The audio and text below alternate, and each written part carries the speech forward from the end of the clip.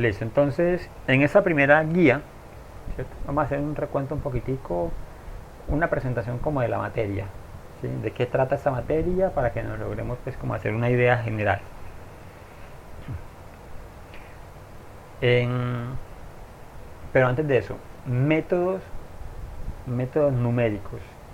¿Qué consideran ustedes que podemos trabajar en esa parte aquí de métodos numéricos? ¿Qué contenidos o qué temáticas podemos trabajar aquí nosotros con métodos numéricos?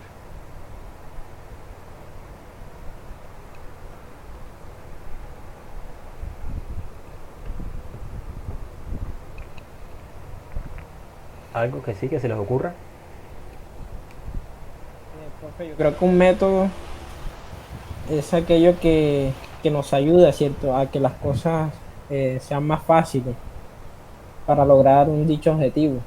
Y en este caso, como vamos a trabajar con números, creo que es como, no sé, hallar algún resultado de una forma más fácil. Eso es correcto. Muy bien, sí, sí, Jorge. Eso es, básicamente aquí nosotros vamos a trabajar con algunos algoritmos, o podemos llamarlo como modelos matemáticos, ¿cierto? Es lo que llamaríamos ahí los métodos, números matemáticos que nos ayuden entonces a tratar de reducir en la mayor cantidad posible errores, ¿cierto? Encontrando resultados más precisos. Eso es básicamente, ¿cierto?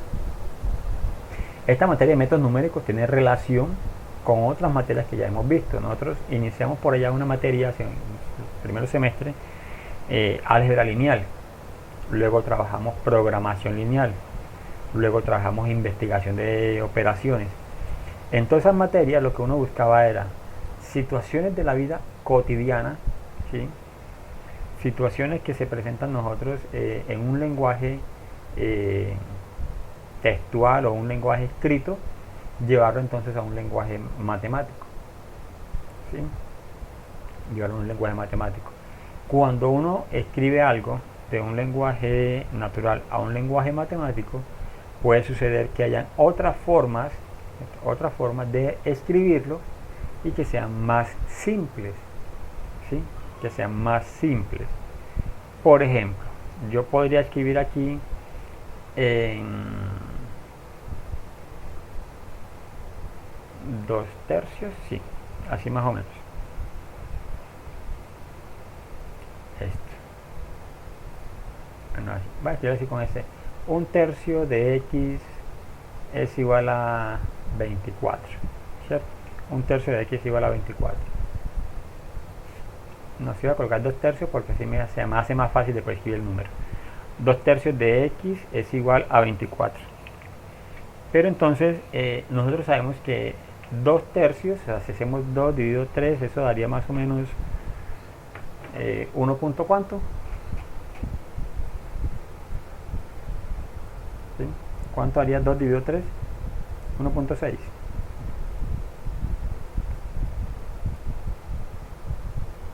0.67. Bueno, no me quedó como quería. Bueno, 0.67. Si por ejemplo de x es igual a 24, ¿cierto? Entonces, mire, esas dos son escrituras iguales, ¿cierto? Pero esta escritura que tengo aquí, básicamente, me tocó redondear el término, ¿sí? En esa última me tocó redondear el término para poder entonces llegar, porque ese realmente es 0,66666, ¿cierto? Entonces aquí se presenta como un número decimal infinito eh, periódico, ¿cierto? Un número racional, pero así de esta manera se hace un poquito como más comprensible el número. Entonces dice lo mismo, pero la escritura como tal puede que sea mejor, ¿cierto? De esta manera. Otra forma que, por ejemplo, yo pude haber escrito lo siguiente es 2 factorial, si quiero ser muy estilo, o sea, con mucho estilo aquí, 2 factorial, 2 tercios, 2 factorial dividido 3 por x es igual a 24. Mire, dice lo mismo, ¿cierto? Ah, pero si yo lo que quiero por ejemplo, es asustarlo a ustedes, entonces yo puedo decir lo siguiente. Puedo decir entonces raíz cuadrada de 4, o sea, factorial de raíz cuadrada de 4 sobre 3 por x es igual a 24, ¿cierto? Entonces yo aquí, con esto estoy mostrando el punto de que sé mucho, supuestamente, de que sé mucho, pero no, realmente estoy pues, como enredándome con algo que es muy simple, ¿cierto? Miren que todas estas escrituras son las mismas, ¿sí? Son las mismas, representan lo mismo, el resultado va a ser igual. Entonces, uno muchas veces en matemáticas escribe algunas situaciones, un modelo matemático, una ecuación, una fórmula, pero que esa fórmula se puede reescribir de otra manera, más simple, más comprensible, y trata entonces de eh, evitar errores y dar solución al problema pues, que se nos plantea. Hoy vamos a tratar de hacer algo, y es como les decía, una aproximación para lo que son los métodos numéricos, ¿cierto? Vamos a hacer entonces un pequeño recorrido histórico y cómo se hace esa construcción, son esas ideas básicas para la construcción de lo que son los métodos numéricos.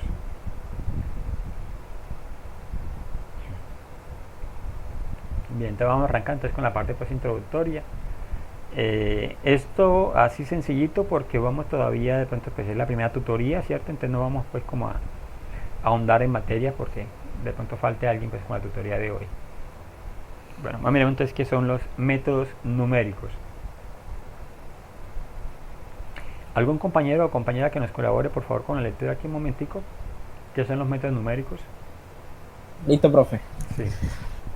Dice, se puede decidir que el análisis numérico moderno comienza con el documento de 1947 de John von Neumann y Hermann Weinstein. Inversión numérica de matrices de alto orden. Brilliant on the AMS. Sí. Noviembre de 1947. Uno de los primeros trabajos en estudiar el error redondeo e incluir una discusión de lo que hoy se llama computación científica. Aunque el análisis numérico tiene una historia más larga y rica, el análisis numérico moderno se caracteriza por su uso de ordenadores numéricos programables y análisis matemático. Frente a la necesidad de resolver problemas matemáticos cuyas aplicaciones resultan complejas, la necesidad de avances en dichas aplicaciones como la predicción balística, el transporte de neutrones y dinámica de fluido multidimensional, no constante impulsó el desarrollo de la computadora y dependía fuertemente de los avances en análisis numérico y modelización matemática. Es correcto. Bueno, no sé si ustedes de pronto han visto la película. Ay, se me escapa el nombre de tica. Se me escapa el nombre de tica. Bueno, que es básicamente pues como el inicio de las primeras computadoras y los algoritmos que utilizaban antes para encontrar, para descifrar el código Enigma. Ay, sí, ya, encontré. ¿Alguien se ha visto el código Enigma? No. Bueno, ahí se lo voy a hacer de tarea para el resto de este fin de semana. Que mañana saquen pues como el ratico y se vean por ejemplo la película. Esa película está en Netflix o uno la puede encontrar también en YouTube. Y nos habla por ejemplo de esto, de lo que es la construcción por ejemplo de lo que son los análisis numéricos y la modelización matemática.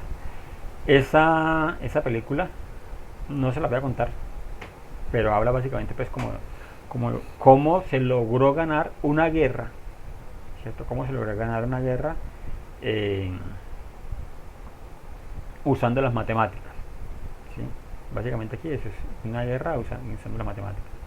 Es muy buena, muy buena. Y lo que nos muestran ahí el código de Enigma básicamente es la historia de la construcción, la historia o el nacimiento de lo que son las primeras computadoras. Dentro de lo que nosotros conocemos allí en matemática es que hay un matemático y la película está basada en una historia de la vida real, eso es un hecho real. Alan Turing, ¿sí? Alan Turing entonces es un matemático y Alan logró entonces descifrar un código,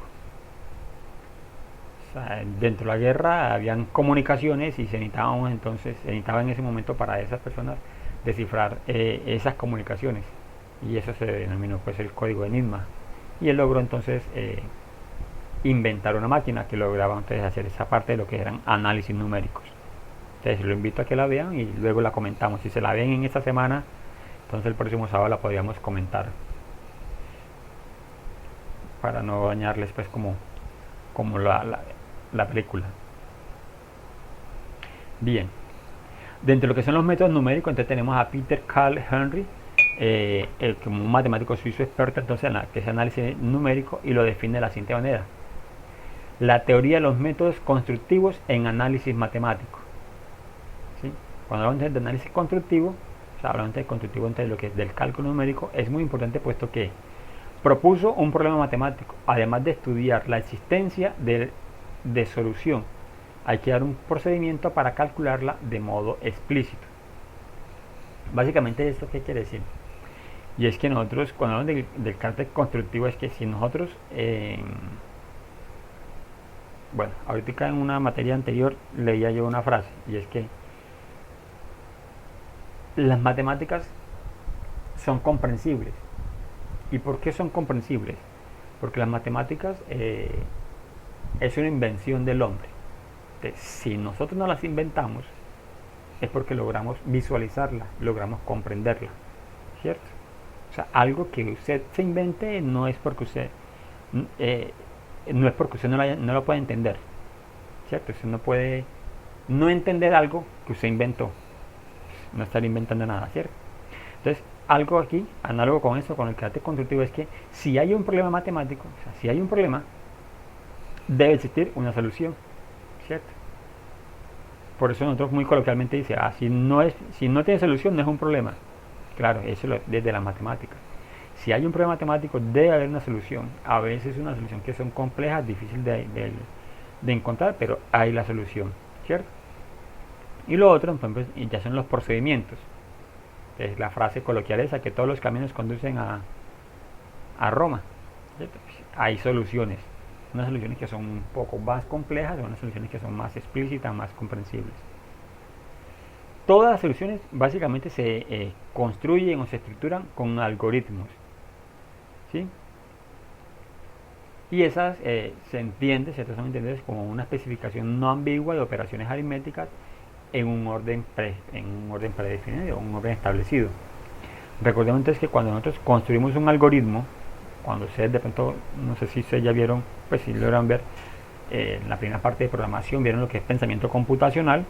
Entonces ahí veíamos nosotros entonces la construcción de lo que son los algoritmos, ¿cierto? Y cuando uno construye un algoritmo, cuando uno construye entonces un diagrama de flujo, uno se da cuenta entonces allí que lo que trata uno de evitar es esta parte de lo que son las ambigüedades, ¿cierto? Es tratar de modelizar una situación de tal manera que logremos entonces encontrar una solución lo más acorde, precisa, ¿cierto? Y que la solución, por ejemplo, de Nadia no es la misma, por ejemplo, solución, el mismo algoritmo, el mismo modelo, por ejemplo, que plantea Jorge, o el mismo modelo que plantea María, o que plantea Juan, o que plantea Pedro. Cada uno tiene su manera de pensar, ¿sí? Y todos esos métodos o esos procedimientos son los que llamamos nosotros métodos numéricos. Bien, entonces, un método numérico básicamente, ¿qué es? ¿Quién me colabora por favor allí leyendo esta partecita? Un conjunto de reglas. Yo, profe, yo le colaboro. Sí, señor.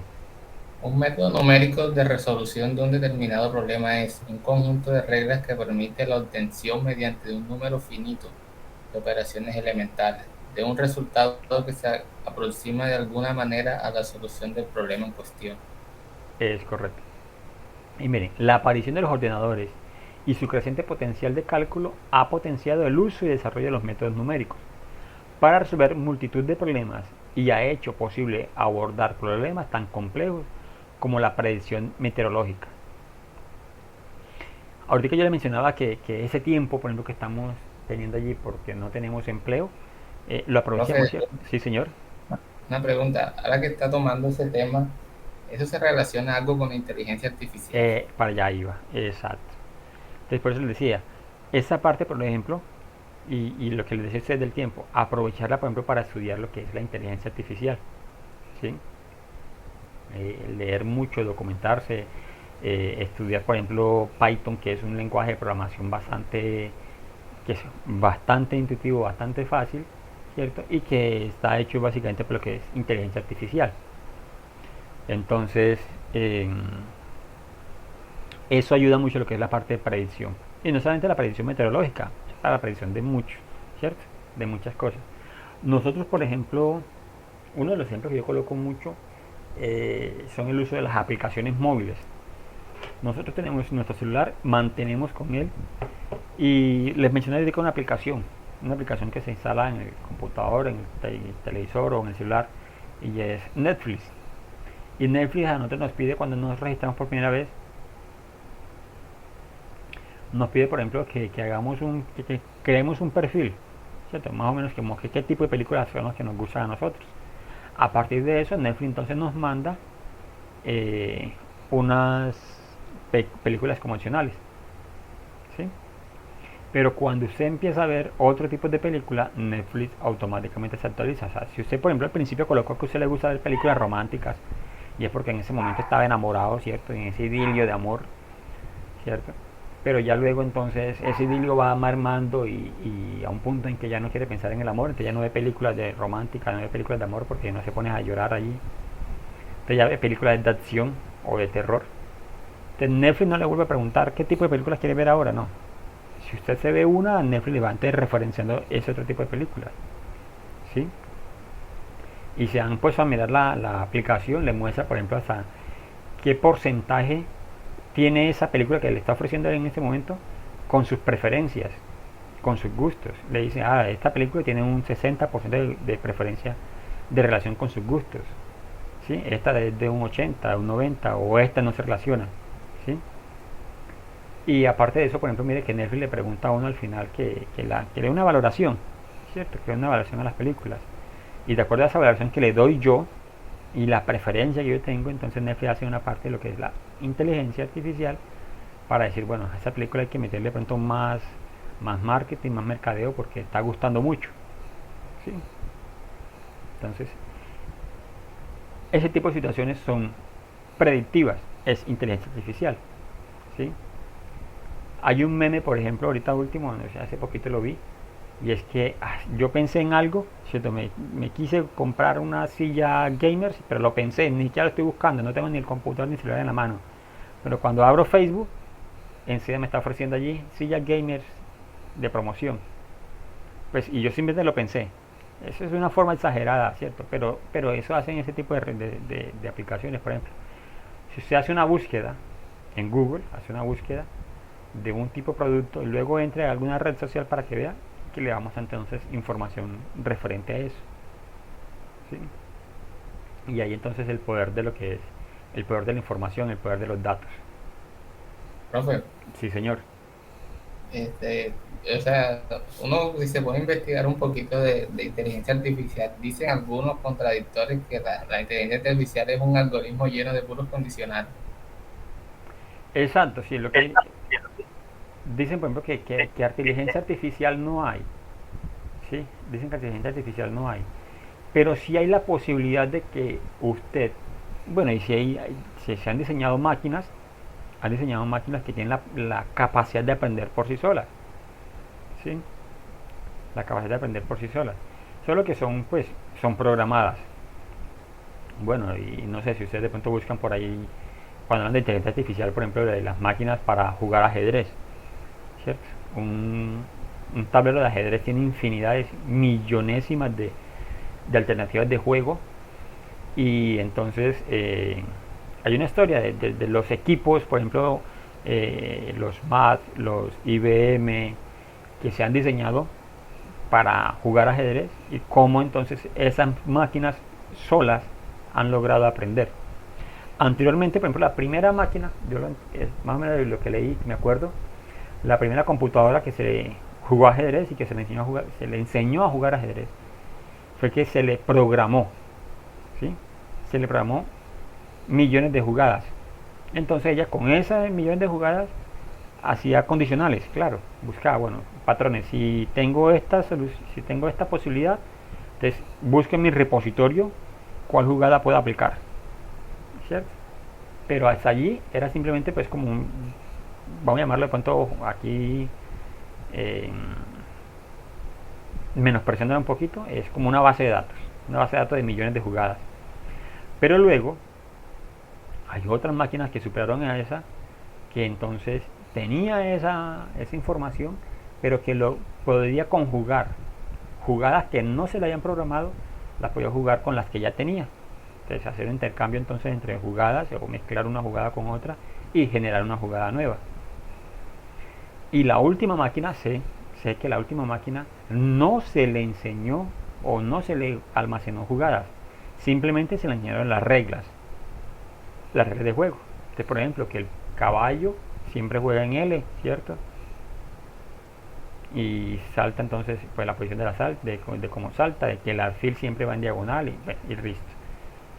Y a partir de eso, simplemente las reglas, él empezó a jugar ajedrez, ¿sí? Y logró vencer entonces al campeón mundial de ajedrez, al hombre pues como campeón mundial de ajedrez. Entonces ahí se puede mostrar de pronto que sí es posible que esas máquinas aprendan, que tengan cierta autonomía. Pero está diseñada para jugar ajedrez. No está diseñada ahora que porque juega ajedrez, bueno, vamos a colocar entonces a jugar Catapi para decir, entonces ahora sí me gana. No, de esa manera, ¿cierto? Muy bien.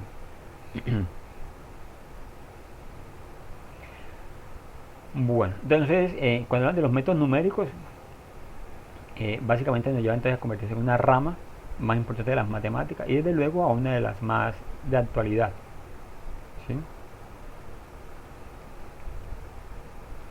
¿Cuál es el objetivo entonces de los métodos numéricos?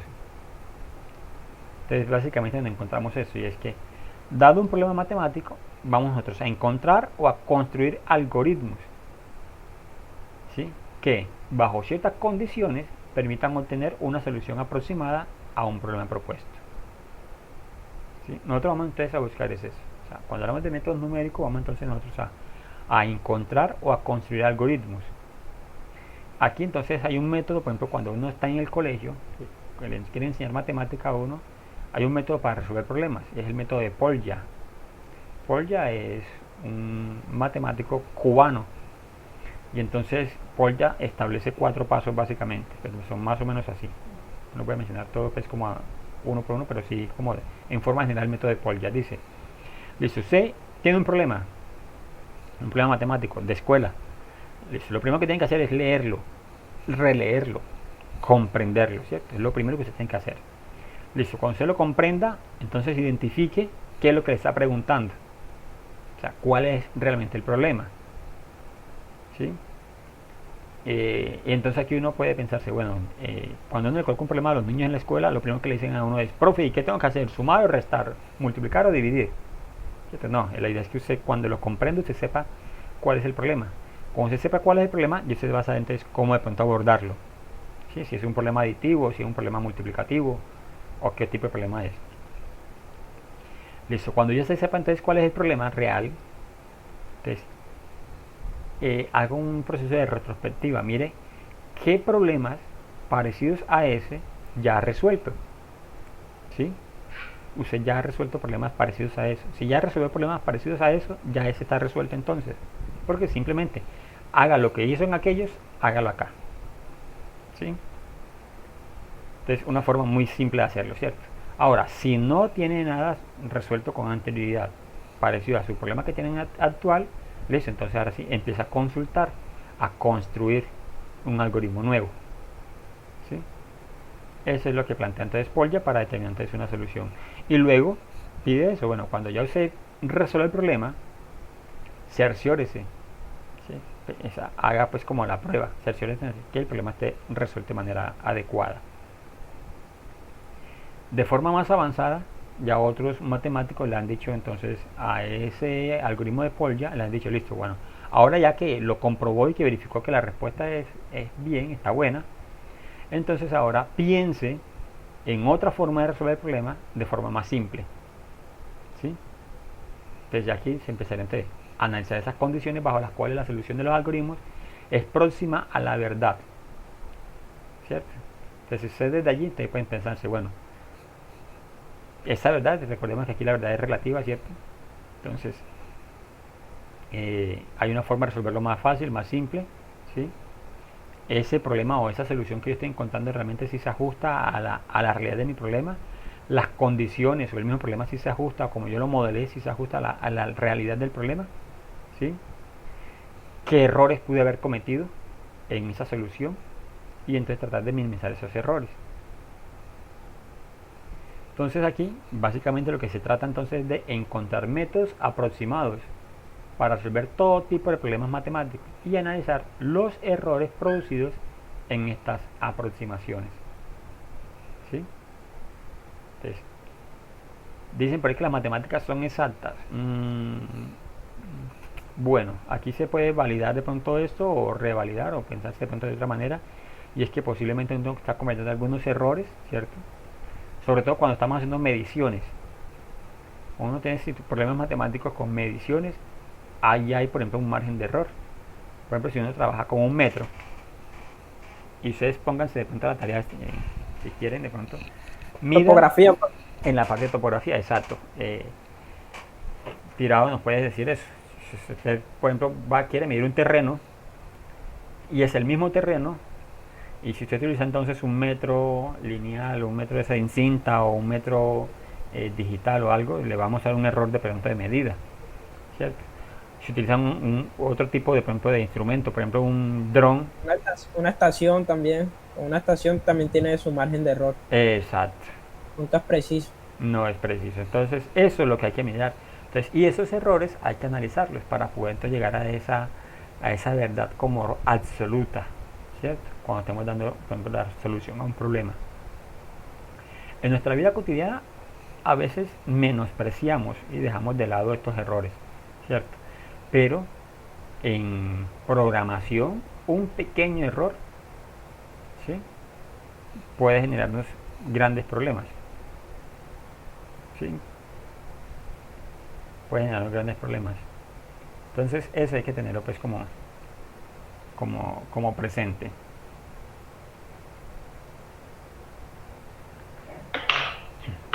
Bien. Vamos a mirar aquí un recorrido cortico, histórico de lo que es esta parte y avanzaríamos. Bien. ¿Quién nos colabora por favor aquí leyendo esta partecita?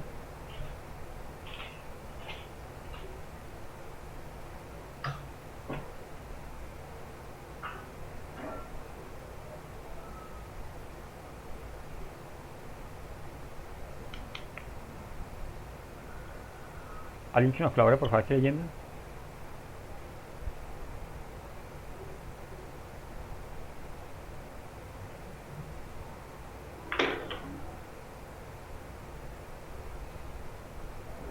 Yo le colaboro, profe. Sí, señor. Dice, las matemáticas suministran un lenguaje que se utiliza en las ciencias e ingenierías para describir con rigor modelos que pretenden representar fenómenos reales. Las dificultades que surgen en el estudio de estos problemas han estimulado el desarrollo de las matemáticas, generando la necesidad de teorías abstractas y contribuyendo de este modo a construir el pensamiento matemático actual. Pero junto a cada nuevo concepto que permita profundizar en la estructura del conocimiento matemático, surge la necesidad de desarrollar técnicas que permitan utilizar esos conceptos de un modo cuantitativo preciso. Es correcto. Entonces, lo que les mencionaba, la idea es que nosotros logremos resolver problemas, ¿cierto? Pero que lo hagamos de forma, bueno, aquí va a quedar la palabra eficiente, de forma eficiente y de forma eficaz, ¿cierto? De forma lo más eficiente y eficaz posible. Eso es básicamente lo que nosotros queremos entonces como lograr con este métodos numéricos.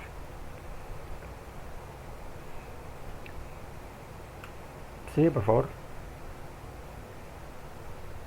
Ok. En la primera parte, a los profesores, ¿sí se me escucha? Sí, sí. en la primera parte del siglo XX, es ya muy manifiesta la insuficiencia del cálculo simbólico para resolver ecuaciones de la complejidad con la que se presentaban en los modelos de la ciencia e ingeniería. De hecho, durante la primera mitad de este siglo aparece un sentimiento de incapacidad por la imposibilidad material de llevar a cabo los cálculos por procedimientos numéricos aproximados. Entonces, cuando nosotros resolvemos problemas, o sea, en la medida que de pronto se va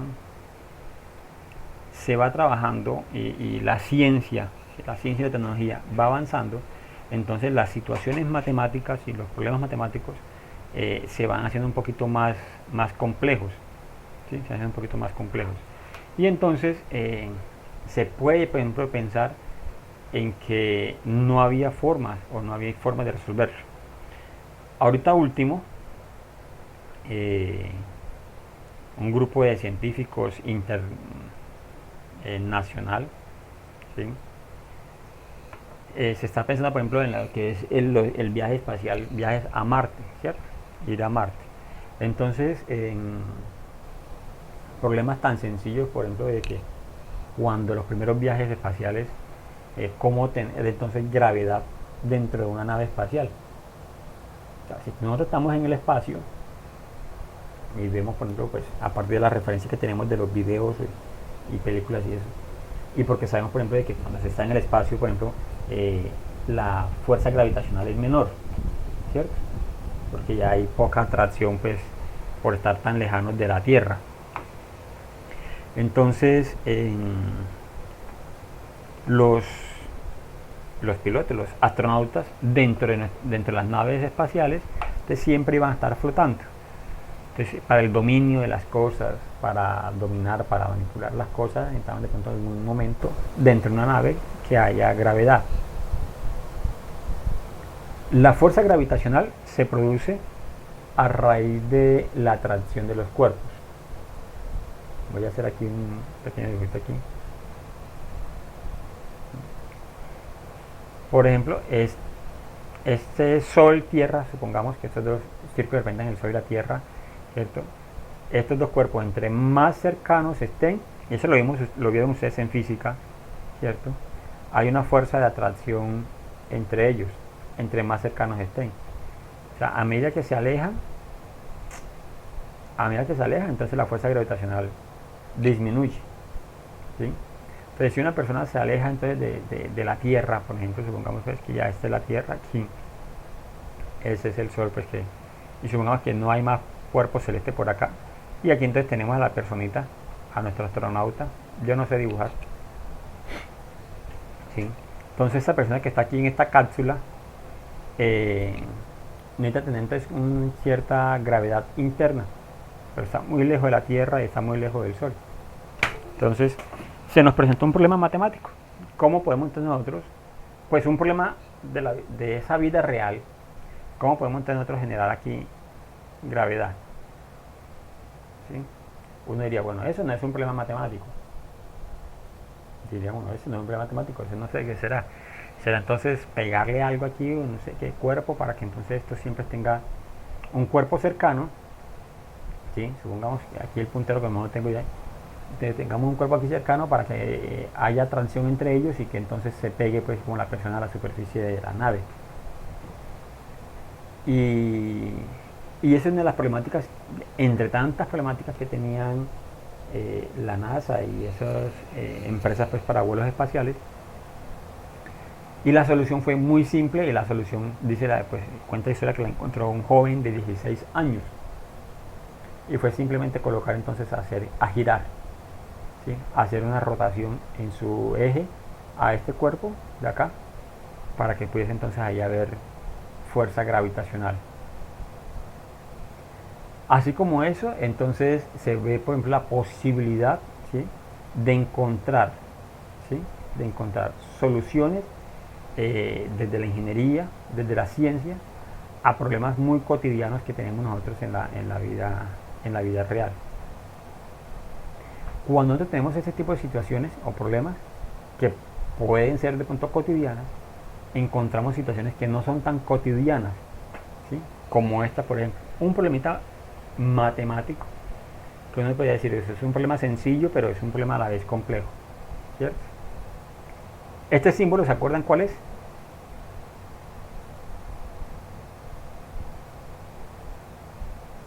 Es el símbolo de integral, y eso suena, cuando hablamos de integral, entonces, pues, y si tiene límites, números aquí en los extremos, se llama entonces una integral definida, ¿sí? Y este entonces, por ejemplo, se lee como la integral de seno de x al cuadrado de x desde 0 a 2, ¿sí? Y esta básicamente sería pues la integral de epsilon elevado a la raíz de x de 1 a 2, ¿sí? Estas son situaciones, por ejemplo, que uno para desarrollarla necesita un poquitico conocimiento pues, del cálculo, ¿cierto? Que ya nosotros hemos recorrido, ¿sí? O ecuaciones, por ejemplo, como esta, epsilon a la x es igual a coseno de x, o esta que es una ecuación de orden 5, entonces x a la 5 más x a la 4 menos 3, esta, ¿cierto? Que es igual a 0. Si fuese simplemente una ecuación cuadrática, o sea, si fuese simplemente una ecuación hasta aquí, uno diría, listo, es fácil para resolverlo, ¿cierto? Porque para esto existe la fórmula cuadrática, entonces dice que x es igual a menos b más o menos raíz cuadrada de b al cuadrado menos 4a por c, ¿cierto? Sobre 2 por a, si fuese apenas hasta allí. Pero como tiene estos otros dos términos, ya este constructo ya no nos sirve, se nos queda corto. Entonces hay un modelo matemático, un modelo newtoniano, que nos ayuda entonces a encontrar solución para esto. Y el triángulo de Pascal, ¿sí? Nos ayuda a encontrar soluciones como para este tipo de ecuaciones. Este tipo de situaciones uno le encuentra solución, pero las soluciones, por ejemplo, pueden ser a veces de cierta manera no muy comprensibles, ¿sí? Soluciones no muy comprensibles, y entonces hay desde soluciones formales a soluciones informales, soluciones que de pronto son fáciles de aceptar, fáciles de identificar, de comprender, y otras que de pronto ya se nos hacen un poquito complejo, pues.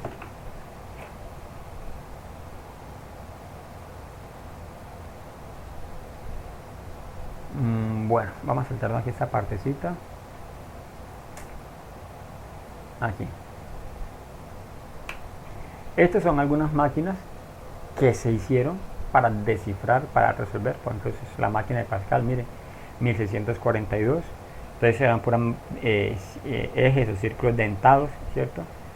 Y esa máquina de Shikar, ¿cierto? Hacía básicamente unas combinaciones, por ejemplo, entre series de números y patrones de letras. Algo parecido como a esto es lo que de pronto se conoce como la máquina de Turing. Eso, por ejemplo, es una máquina analítica. Bueno, Charles Babbage, ustedes estudian en la parte, por ejemplo, de cuando trabajaron historia de la computación, deben haber leído sobre Charles Babbage, ¿sí? Y aquí está. Alan Turing, sí, es el que se considera como el padre de la informática moderna, ¿sí? Aunque hay otras personas pues, que ayudaron mucho a esa parte, pero básicamente Alan Turing es el que se considera como el padre de la informática moderna, porque su máquina logró un desarrollo tecnológico grandísimo. Como les digo, vamos a leernos ahí un poquitico al respecto o a vernos la película para que vea que es muy muy interesante. Bueno, y dentro de ese métodos numéricos nos ha llevado entonces a pensarnos en eso, en Perl, en algoritmos, en Java, JavaScript, Python, ¿cierto? Y toda esa infinidad de lenguajes de programación que tenemos nosotros para diseñar tareas específicas.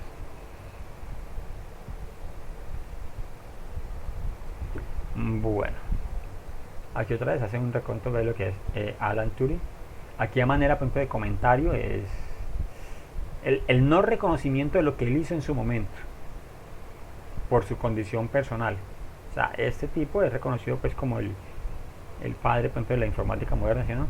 Pero en su momento no fue reconocido y fue hasta relegado de lo que estaba haciendo, a pesar de que logró un gran avance, pero fue dejado, pues fue como excluido.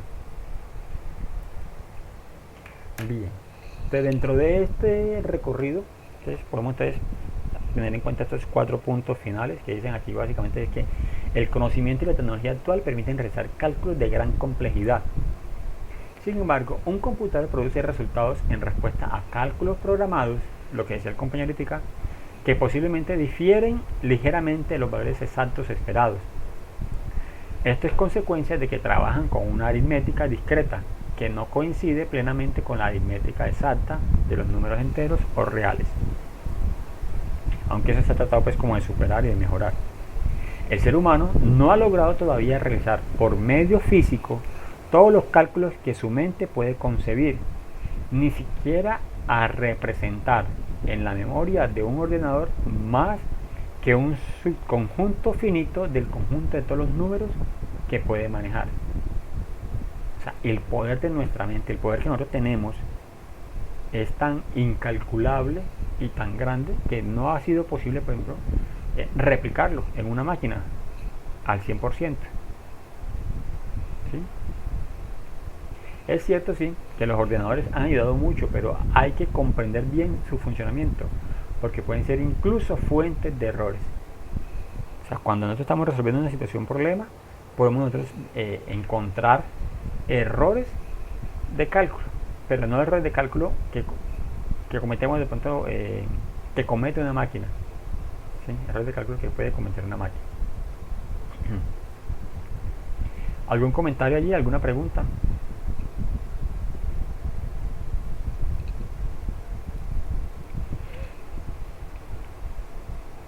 No. Bien, listo, los veo allí que están conectados. Listo. ¿La tutoría vas a qué hora? Qué pena, yo le pregunté aquí.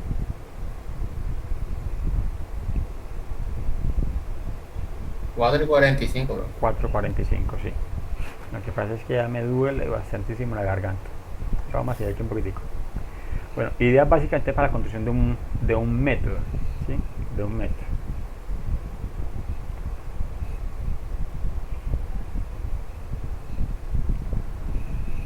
Bueno, entonces nosotros en esta materia vamos a tratar entonces de construir o reconstruir. Aquí valga aquí la aclaración, porque nosotros de pronto no lograremos como construir, pero sí vamos a empezar a reconstruir, ¿cierto?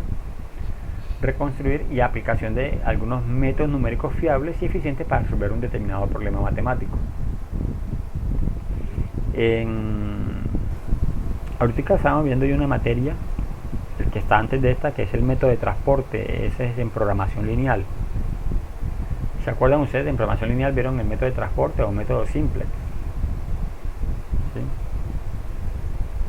Las empresas, por ejemplo, de transporte tienen unas complejidades como por ejemplo estas.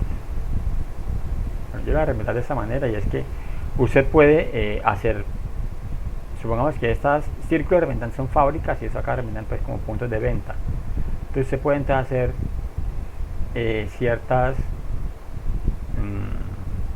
distribuciones de la fábrica de la siguiente manera. ¿Sí? Entonces, por ejemplo, usted tiene entonces una fábrica, tiene 3 puntos pues de fábrica y tiene 3 puntos de venta, y entonces dice, bueno, estos son como mi forma de distribuir mis productos, y me funciona y me va bien, y aquí estoy, ¿cierto? Y he sobrevivido a todo y a esta pandemia, ¿cierto? Pero ¿será posible que esta distribución que yo esté haciendo aquí, de la forma como estoy enviando la mercancía, tenga una forma un poco más precisa, más viable, más factible de resolverse, de mandarla? ¿Sí? De mandarla. Entonces aquí uno dice, bueno, ¿será posible? ¿No será posible? Me quedo simplemente con lo que tengo aquí y no exploro otras alternativas, ¿cierto? No exploro otras alternativas. Entonces, por ejemplo, esta fábrica produce productos y apenas le despacha a este punto de venta. Pero ¿será que entonces no podría despachar aquí cierta cantidad a este producto, a este punto de acá? ¿Y por qué a este punto de venta, si yo fabrico lo mismo en todo, por qué este punto de venta lo estoy alimentando desde la fábrica? Voy a colocar aquí nombre A, B, C. A este punto de venta lo alimento del punto B y del punto C. No sé, me será más económico simplemente mandar todo un cocao o un camionado solamente del producto del punto C o desde la planta B. No sé, me será más económico. Situaciones que uno tiene que pensarse, ¿cierto? Porque la planta B, por ejemplo, ella sí me distribuye para los 3 puntos de venta, porque las otras no. ¿Sí? Pensándolo pues así. Y lleven ahora entonces a la práctica. Miren que yo lo coloqué ahí muy abstracto, ¿cierto? Pero piénsenlo, por ejemplo, ahorita con una empresa de encomiendas, Servientrega. ¿Cómo Servientrega se organiza para hacer la entrega de su mercancía, para recogerla y entregarla? ¿Sí? ¿Qué métodos utiliza? ¿Qué estrategias? Y ahí hay mucha matemática, ahí hay un modelo matemático para lograr eso. ¿Sí? Y es hasta interesante, por ejemplo, la historia de Servientrega y cómo empezó. ¿Sí? La historia de Servientrega, cómo empezó. Servientrega, el dueño, por ejemplo, de Servientrega, el fundador y dueño de Servientrega, fue un desempleado en un momento de una empresa de encomiendas. Y lo sacaron básicamente por decirle al dueño de la empresa donde trabajaba que estaba haciendo mal las cosas. ¿Sí? Simplemente por hacerle una sugerencia de que él era el mensajero. Entonces le dijo, pero es que usted se demora mucho tiempo haciendo su tarea y usted es muy flojo y muy descuidado, en otras palabras, pero básicamente le dijo eso. ¿Sí? Porque esta empresa es para que creciera más, para que hiciera más encomiendas. Y entonces al gerente en ese momento no le gustó y lo echó. Pero eso fue toda la posibilidad que él tuvo para poder entonces llegar a construir lo que es Servientrega en ese momento, ¿cierto? Y un tipo muy emprendedor, porque solamente en su momento tenía menos de 18 años, ¿sí? Era muy jovencito cuando empezó entonces con Servientrega, con la empresa de Servientrega y todas las empresas que tienen Servientrega ahorita mismo como construidas. Bien, entonces en esa parte nosotros vamos a reconstruir a la aplicación pues, de esos métodos numéricos que son fiables, que son eficientes para resolver, ¿cierto?, un problema matemático determinado. ¿Cuáles van a ser esos pasos? Vamos entonces a sustituir el problema inicial por un algoritmo de cálculo, ¿cierto?, que tenga entonces unos parámetros llamados n, enésimos pasos. Vamos a probar entonces la convergencia de ese algoritmo, es decir, asegurar que las aproximaciones de x sub n a la solución x son tan próximas como se desee, o sea que la solución esté lo suficientemente acorde a la realidad. ¿Sí? Entonces, por ejemplo, si vamos a calcular la velocidad o la rapidez de esa velocidad o rapidez de convergencia pues, de la solución, vamos luego entonces a procurar la estabilidad del algoritmo.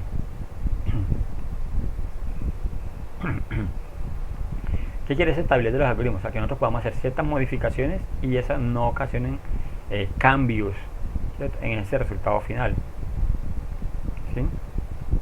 Eso nos va a llevar entonces a que seamos un poco más exactos cuando hagamos redondeos, cuando hagamos y la misma convergencia pues, de los datos. Y por último, antes vamos a realizar unos organigramas o el programa pues, del algoritmo en cuestión en un lenguaje de programación pues como adecuado.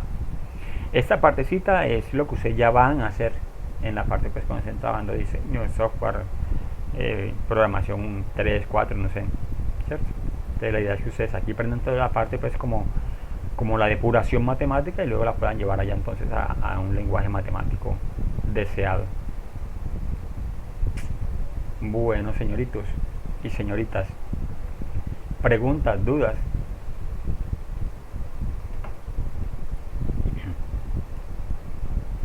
No. Voy a tratar en lo posible, no sé, Pregunto, ¿ustedes ya han trabajado, alguno de ustedes ha trabajado Python? ¿Conoce el lenguaje de programación Python? Profe, yo he trabajado lo básico de Python. Lo básico. No, profe, yo no. Condicionales, hacer suma, normal, lo básico. Exacto, listo, ¿no? Esto Bien. la MUL. Listo, no, tranquilo. Vamos a tratar en lo posible. Si de pronto nos sacamos un poquitico de tiempecito, miramos algunas cositas de Python y miramos si de pronto podemos resolver un problema matemático, tratar de llevarlo entonces al lenguaje de programación de Python. ¿Sí? Y cómo Python opera de forma rápida. Para eso Python es muy poderoso, para hacer cálculos de expresiones bastante complejas. Python los hace rapidísimo, ¿sí?